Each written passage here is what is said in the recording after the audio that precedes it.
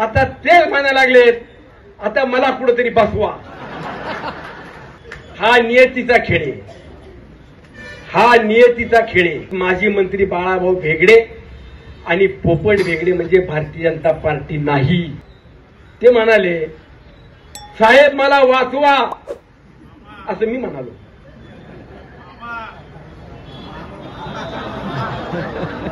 साहेब मला वाचवा म्हणलं.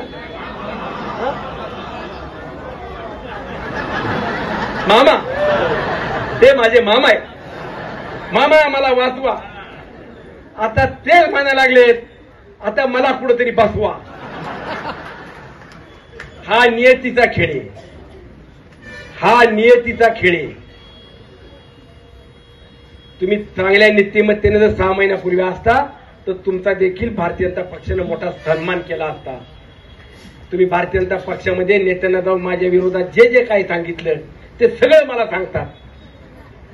ते मला भेटत असतात. मंगळवार बुधवार मी मुंबईला विधानसभेमध्ये किंवा विधान अधिवेशनामध्ये भेटले की सगळं सांगतात की यांनी काय काय पराक्रम केले, यांनी काय काय तुझे गुण गायले.